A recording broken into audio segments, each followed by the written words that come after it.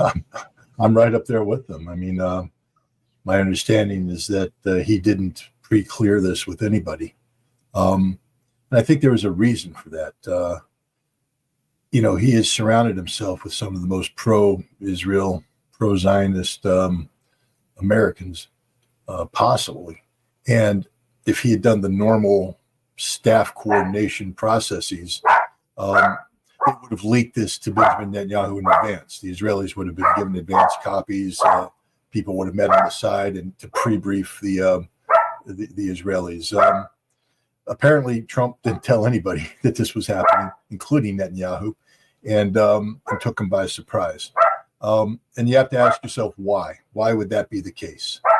And I think the answer is that he was putting Netanyahu in his place and taking Israel off the playing board. Israel doesn't, according to Trump's plan, Israel's not a player.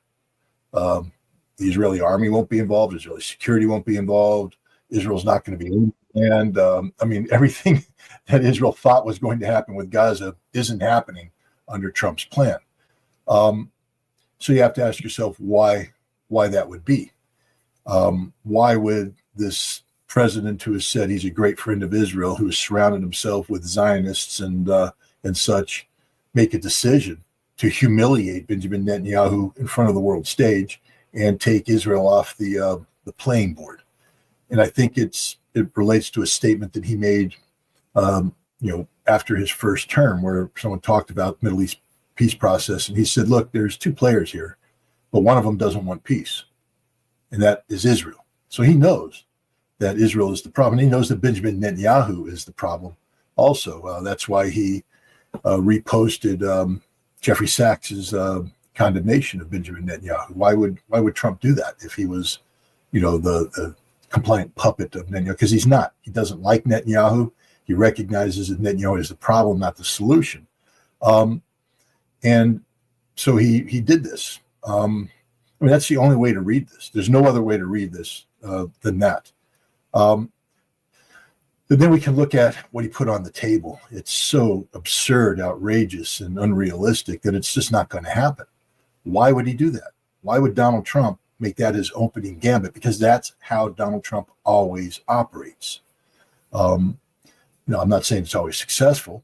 I think he's going to find out that it isn't going to work with the Russians.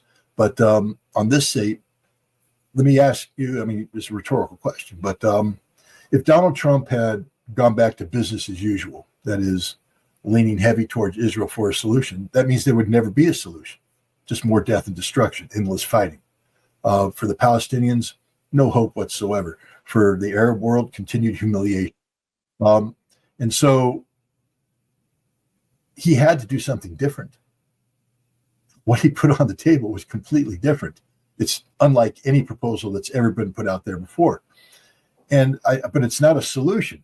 It's a proposal, meaning that he has swept the board clear. Now he's put his proposition on the table. And I think to get a seat at the table, you have to say more than no. I think to get a seat at the table, you have to say no, but here's an alternative. Here's a counter offer. And I think that's what's going on here. I think Trump is playing, a game that's so unlike normal statesmanship, so unlike, normal diplomacy, that people are just totally, bent out of whack over this. I don't take what he said literally. I don't read into anything he said, because none of that's going to happen. Literally none of it can happen. I view this as an opening proposition in order to get people to come in and say, okay, how do we solve this? You see, because you can't rely on the past tools. The past tools didn't work. Anybody who wants to sit here and make a case that Trump should have just continued doing what everybody's been doing for 40 or 50 years, then you're saying you really don't care about the Palestinian people. I know people are going to say, well, Trump doesn't. He didn't, he's not taking anything, people. Stop. He's not taking anything. The United States doesn't own Gaza. We're not putting troops on the ground. We're not driving 1.9 million people out. It isn't going to happen. None of that's going to happen. That's just Trump's opening game. And again, you have to, rely on, people who assess what others do for a living, look for patterns of life, patterns of behavior. And Trump's past patterns of behavior, I think, are a good judge of what he's up to. Go back and look at North Korea and what he did with North Korea in his first term. Fire and fury, threatening nuclear war. Kim Jong-un, if you sneeze, if you dare do this, I'm going to blow you off the face of your boom. 6 months later, he's meeting with the guy, 3 meetings, including one at the demilitarized zone, crossing over into North Korea to shake the guy's hand.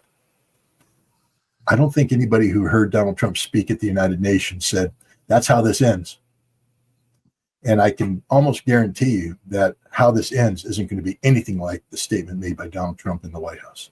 It's just an opening gambit. It's the way Trump does business.